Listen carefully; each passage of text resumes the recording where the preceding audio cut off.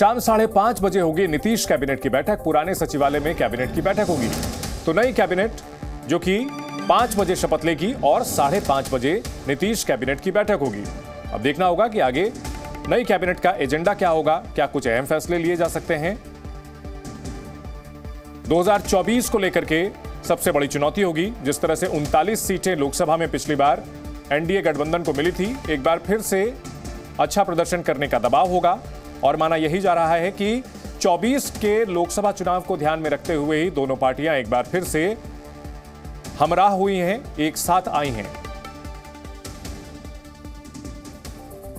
तो वहीं नीतीश के पाला बदलने पर ओवैसी से लेकर कांग्रेस तक सभी हमलावर हैं। नीतीश कुमार को, तेजस्वी यादव को और देश के वजीर आजम नरेंद्र मोदी को, तीनों को बिहार की जनता से माफी चाहनी चाहिए।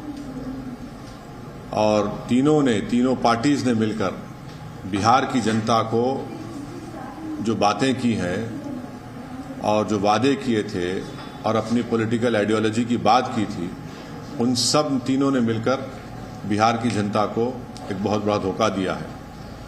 ये सूचना तो हमको बिहार के डिप्टी चीफ मिनिस्टर और लल्लू प्रसाद दोनों ने दिए थे और आज वो सच हुआ।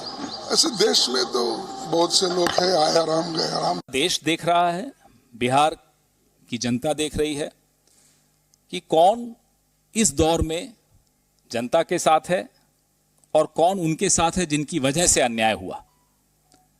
यह संदेश आज स्पष्ट हो गया है।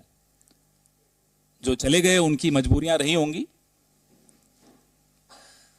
जो चले जाते हैं उनकी दो ही मजबूरियां होती हैं, या ईडी होती है या सीडी होती है। तो कांग्रेस के ऊपर जेडीयू की ओर से भी निशाना साधा गया है और कांग्रेस भी जेडीयू के ऊपर पलटवार कर रही है और तमाम तरह के आरोप लगा रही है। और इस बड़ी पॉलिटिकल डेवलपमेंट पर हमारी नजर लगातार बनी हुई है। हमारे दो सहयोगी हमारे साथ जुड़ चुके हैं, अंकुर त्यागी जो कि राजभवन के बाहर से मौजूद हैं और प्रशांत झा जो कि सीएम हाउस के बाहर से मौजूद हैं। प्रशांत, सीएम हाउस पर किस तरह की हलचल देखने को मिल रही है? 5 बजे शपथ ग्रहण होगा। देखिए चंदन, अभी सीएम हाउस के अंदर में बैठक चल रही है। एनडीए के जो विधायक हैं वो तमाम की बैठक चल रही है। साथ में उसमें इंडिपेंडेंट जो विधायक हैं सुमित कुमार सिंह, उनको भी शामिल किया गया है।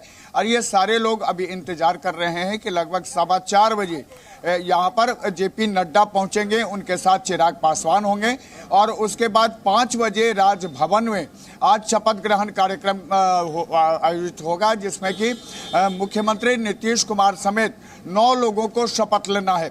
इसमें बीजेपी के तरफ से 3 लोग होंगे और जेडीयू के तरफ से होंगे और एक हम पार्टी के सदस्य होंगे, और एक जो है इंडिपेंडेंट सुमित कुमार सिंह हैं, उनको भी मंत्री पद के शपथ दिलाई जा सकती है, ऐसी जानकारी आ रही है।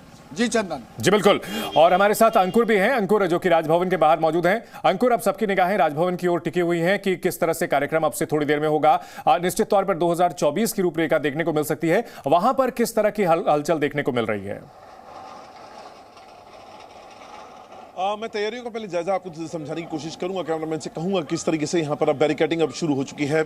सीएम हाउस से आने वाली जो सड़क है उसकी तरफ अभी से ही लगातार जो बैरिकेडिंग है उसका काम शुरू कर दिया गया है और ये एक कॉरिडोर बनाया जा रहा है ताकि जो सीएम का पूरा काफिला निकलेगा, जब ये मैं क्या कहूँ एनडीए का जो विधायक हैं जितने भी हैं। अंकुर, हम आपके पास लौटेंगे। तस्वीरें आ रही हैं बीजेपी दफ्तर के बाहर से जश्न की, वो भी अपने दर्शकों को दिखा और सुना देते हैं।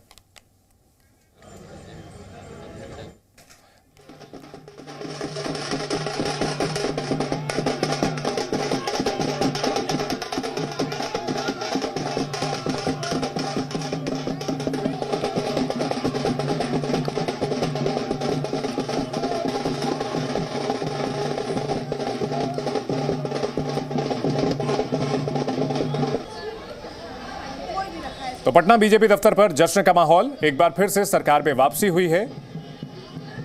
1.5 साल के बाद एक बार फिर से सरकार में बीजेपी वापस लौट रही है। प्रशांत हमारे साथ बने हुए हैं और तस्वीरें भी लगातार हम अपने दर्शकों को दिखा रहे हैं। प्रशांत, अगर बात की जाए इस पूरे घटनाक्रम की तो लगातार आप इस पर नजर बनाए हुए हैं।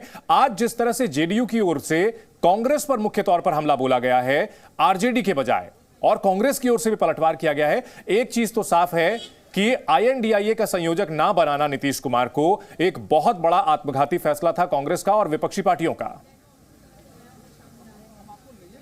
बिल्कुल सही कह रहे हैं आप चंदन, क्योंकि इंडी गठबंधन में जब नीतीश कुमार ने शुरुआत की थी तो उसी समय में यह माना जा रहा था कि नीतीश कुमार को इंडी गठबंधन का चेहरा बनाया जाएगा, लेकिन लगातार की जितनी बैठकें हुई उस बैठक में नीतीश कुमार इग्नोर किए गए, और जब इग्नोर किए गए तो आखिरकार जब वर्चुअल बैठक हुई है तो वर्चुअल बैठक में यह भी साफ हो गया कि नीतीश कुमार के प्रति कांग्रेस का रवैया क्या है। एक चीज और आपको देखना होगा कि अभी तक आरजेडी ने नीतीश कुमार के खिलाफ कोई जोरदार पलटवार नहीं किया है, जो कुछ भी किया है संयमित रह के किया है, लेकिन जैसे ही ये घोषणा हुई कि नीतीश कुमार ने इस्तीफा दे दिया है, उसके बाद कांग्रेस ने जिस तरह से उन पर पलटवार करना शुरू किया, इसी का नतीजा है कि जेडीयू की तरफ से लगातार कांग्रेस पर हमले किए जा रहे हैं और कांग्रेस तो लगातार नीतीश कुमार पर निशाना साध ही रही है। चंदन बिल्कुल प्रशांत, लेकिन इन सबके बीच ये भी कहा जा रहा है कि लालू यादव ने ही कांग्रेस को जो है ये कहा था कि नीतीश कुमार पर बहुत ज्यादा भरोसा नहीं किया जा सकता, क्योंकि लालू यादव भी ये नहीं चाहते थे कि नीतीश कुमार का कद बहुत ज्यादा बढ़ जाए। तो कहीं ना कहीं अगर जो 1.5 साल पहले शादी हुई थी तभी से तलाक के बीज उसमें पड़े हुए थे जेडीयू और आरजेडी के बीच। बिल्कुल सही कह रहे हैं आप चंदन, क्योंकि देखिए जब इंडी गठबंधन की शुरुआत की थी नीतीश कुमार ने तो लालू यादव भले ही उनके साथ थे, लेकिन हर जगह तेजस्वी यादव नहीं जाते थे, सिर्फ नीतीश कुमार ही जाते थे। चाहे उनको शरद पवार से मिलना हो, चाहे उन्हें उद्धव ठाकरे से मिलना हो, चाहे ममता बनर्जी से मिलना हो, चाहे नवीन पटनायक से मिलना हो, चाहे वो झारखंड के सीएम हेमंत सोरेन से मिलना हो, तमाम जगहों पर नीतीश कुमार पहल कर रहे थे।